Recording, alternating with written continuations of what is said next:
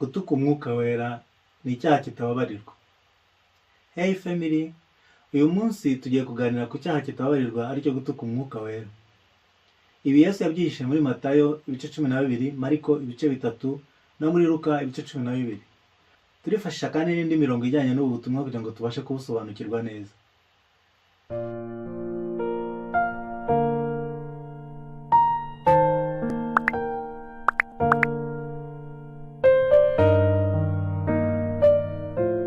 Gutuka umwuka wera, ese ibi bishatse kuvuga iki? Kugira ngo tubyumve neza, reka turebe icyamuteye kubivuga. Birasaba ko dusoma inkuru yose mu byihanganire. Muri Matayo ibice 12 umurongo wa 22 kugeza kwa 32, maze bamuzanira impumyi yari ikiragi itewe na dayimoni arayikiza. Uwari ikiragi avuga ubwo kandi arahumuka. Abantu bose baratangara baravuga bati, mbese aho uyu si mwene Dawidi? Ariko abafarisayo babyumvise baravuga bati, uyu nta wundi umuha kwirukana abadayimoni keretse Belizebuli umutware w'abadayimoni. Amenye ibyo bibwira arababwira ati, ubwami bwose iyo bwigabanyije ubwabwo burarimbuka, n'umudugudu wose cyangwa inzu yose iyo byigabanyije ubwabyo ntibigumaho. None se Satani niba yirukana Satani ko aba yigabanyije ubwe, ubwami bwe buzagumaho bute? Nanjye niba ari Belizebuli umpa kwirukana abadayimoni, abana banyu bo ninde ubaha kubirukana? Nicyo gituma ari bo babacira urubanza. Ariko umwuka w'Imana niba ari we umpa kwirukana abadayimoni, noneho ubwami bw'Imana babubaguye gitumo. Umuntu yabasha ate kwinjira mu nzu y'umunyamaboko ngo amusahure ibintu atabanje kuboha uwo munyamaboko, ko aribwo yabona uko asahura inzu ye? Uwo tutabana n'umwanzi wanjye, kandi uwo tudateranyiriza hamwe arasandara. Nicyo gituma mbabwira yuko abantu bazababarirwa icyaha cyose n'igitutsi, ariko gutuka umwuka ni icyaha kitababarirwa. Kandi umuntu wese usebye umwana w'umuntu azababarirwa, ariko umuntu usebye umwuka wera ntazababarirwa, naho yaba mu gihe cya none cyangwa mu gihe kizaza.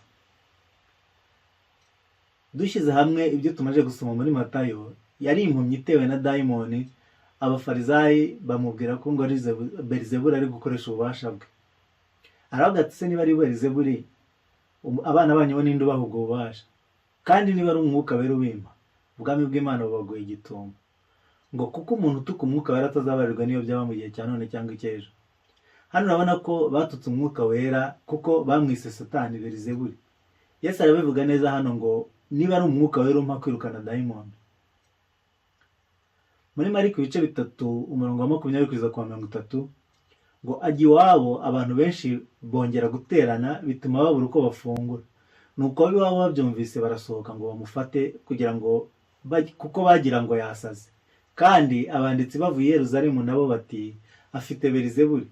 Kandi bati, umukuru w'abadayimoni niwe umuha kwirukana dayimoni. Arabahamagara abacira imigani ati, Satani yabasha ate kwirukana Satani? Iyo ubwami bwose bwigabanyije ubwabwo, ubwo bwami ntibubasha kugumaho. Inzu iyo yigabanyije ubwayo ntibasha kugumaho. Cyangwa Satani iyo yihagurukiye arakigabanya, ntabasha kugumaho ashiraho. Kandi nta muntu wabasha kwinjira mu nzu y'umunyamaboko ngo amusahure ibintu atabanje kumuboha, kuko aribwo yabona uko asahura inzu ye.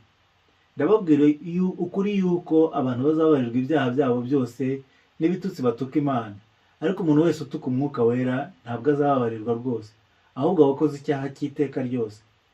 Icyatumye avuga atyo ni uko bavuze ngo afite dayimoni.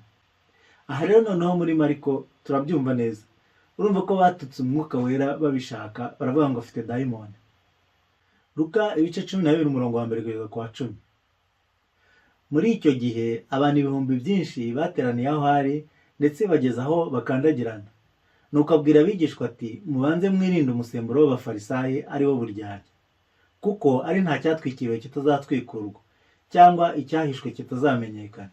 Nuko ibyo mwavugiye mu mwijima byose bizumvikanira mu mucyo, n'ibyo mwongoreye mu mazu imbere kizumvikana hejuru yayo. Kandi ndababwira mwe nshuti zanjye nti, ntimugatinye abica umubiri hanyuma ntibagire ikindi babatwara, ahubwo ndabereka uwo mukwiriye gutinya. Mutinye umara kwica umubiri agashobora no kujugunya umuntu muri Gehinomu. Ni koko ndababwira aba ari we mubasha gutinya. Mbese ibishwi 5 ntibigura amakuta 2, nyamara nta na kimwe muri byo kibagirana mu maso y'Imana, ndetse n'umusatsi wo ku mitwe yanyu wose urabaza. Ntimutinye rero kuko muruta ibishwi byinshi. kandi ndababwira yuko uzampamiriza imbere y'abantu, nanjye umwana w'umuntu nzamuhamiriza imbere y'abamarayika b'Imana.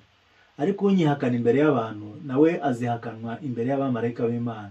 Kandi umuntu wese usebya umwana w'umuntu azabibabarirwa, ariko utuka umwuka wera ntazabibabarirwa.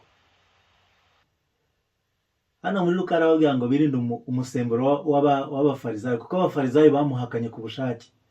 Bahakana mbese ko ari umwuka uri kumukorera. Murumva ni nk'aho bihakanye umwuka, batutse umwuka, kandi babikora ku bushake bafite izindi nyungu bagamije. Dusomye hano mu Baheburayo ibice 6:4-6 hasobanura nka hano muri Luka ngo kuko ngo bidashoboka ko abamaje kuvirwa n'umucyo bagasogongera impano iva mu ijuru, bakagabana ku mwuka wera, bakanasogongera ijambo ry'Imana n'imbaraga z'igihe kizaza, maze bakagwa bakavamo, ntibishoboka kongera kubahindura bashya ngo bihane, kuko baba bongeye kwibambira umwana w'Imana bakamukoza isoni ku mugaragaro. Matayo na Mariko dushobora kubihuza kuko bivuga kimwe. Abafarisayo barabibanaga neza ko Yesu afite umwuka w'Imana, ariko rwa rwango umuntu agirira undi gusa kubera ko utamushaka bigatuma umutuka. Abo rero batutse umwuka wera kugira ngo bagamburize Yesu, bigiza nkana, bemera gupinga Imana ku bushake, kuko nyine akenshi yabereka ko bakora nabi, noneho nawe kugira ngo bamunyomoze batuka umwuka wera babishaka. Muri Luka ibice 12 nanone no mu Baheburayo nabyo birasa. Reka tubihuze. Hari abantu bemeye Kristo, ariko kubera bagasogongera ku mwuka wera yabahaye, barangiza bagahindura imyumvire ku bushake, bakiyobagiza, bakihakana umwuka wera cyangwa se bakihakana Yesu nyine wababambiwe. Abafarisayo bari babizi neza ko Kristo ari Mesiya, ariko bakamwihakana kugira ngo bapingane. Ese umuntu ashobora gutuka umwuka wera muri iki gihe? Yego, birashoboka cyane rwose, ahubwo biranakorwa. Imana iracyakora ibitangaza, n'umwuka aracyakorera mu bantu, akabaha gukiza indwara, akabaha gukora ibyo bitangaza. Ariko hari igihe abantu babona ibitangaza umwuka wera akoreye mu muntu, kubera ko bamwanga gusa, bakavuga ngo ibi ni fake, ngo cyangwa ngo yahanzweho ngo na Satani, ngo cyangwa ngo imbaraga ze ngo zikora ikuzimu. Kubera ko gusa mwagiranye ibibazo, umuntu ukagenda umusebya ngo ziriya mbaraga afite zivana ikuzimu, ugatuka umwuka wera ku bushake, kuko umwuka wera ni uduha imbaraga zo gukora ibyo bintu. Ibyo rero ntaho bitaniye n'ibyo bindi abafarisayo nyine batutse Yesu babishaka, bagatuka umwuka wera bakavuga ngo ni Belizebuli murimo. Birashoboka ko kandi umuntu yakwihakana Yesu. Hari ingero nyinshi cyane bikorwamo. Reka mfate zimwe muri zo. Bamwe bashobora gushyirwaho iterabwoba, twarabibonye. Hari ibihugu bitemera abakristo, usanga basanga nk'abantu barimo gusengera ahantu, bakabafata ku ngufu, bakabatinyisha nyine urupfu, bakababwira ngo nibihakane Yesu. Hariyo umuhakanye nyine, iyo yaravuze ngo uzanyihakana imbere y'abantu, y'amaso y'abantu, ngo nanjye ngo nzamwihakana imbere y'abamarayika. Muri iki gihe kandi hari inyigisho zigamije gusebya itorero zinjije rwihishwa mu itorero kugira ngo riziteshe agaciro, ndetse abo bantu ntibatinya no kubikora ku karubanda kugira ngo bereke abantu bose ko ubukristo atari ubwo kwizerwa, ariko nyine no kugira ngo badusebye. Hari bamwe muri twe bagira akangononwa, bakagenda bucece, bagahunga itorero rwihishwa, bikihakana Kristo kubera gutinya kudaseba.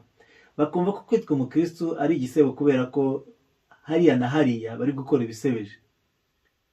Aho ubwenge bw'abantu nanone bwaziye akaba ikoranabuhanga n'iterambere. Kuba umukristo hari ababifata nk'uwa kera, nk'umuntu utazi iterambere, mbese ufite imyumvire ya kera.